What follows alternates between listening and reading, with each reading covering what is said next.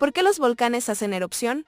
Todo comienza con el magma, esa roca fundida que se encuentra debajo de la corteza terrestre. Este magma contiene gases atrapados que, bajo altas presiones, buscan escapar.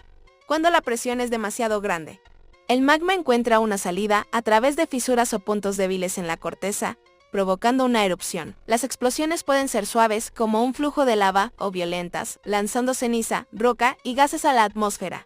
Todo depende de la composición del magma y de la cantidad de gases atrapados en su interior. ¿Tienes más preguntas sobre la Tierra o la naturaleza? Déjalas en los comentarios y no olvides suscribirte, dar me gusta y compartir para no perderte más contenido curioso.